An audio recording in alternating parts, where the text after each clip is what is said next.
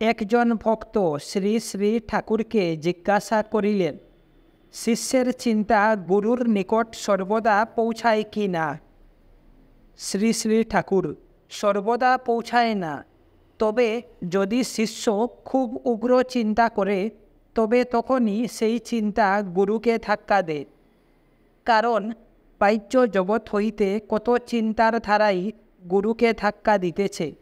তাহার হয়তো 4,000 শিষ্য তাহার চিন্তা করিতেছে, কিন্তু যাহার চিন্তা অতিশয় উগ্র হইবে তাহার কথাই গুরুর মনে উদয় হইবে।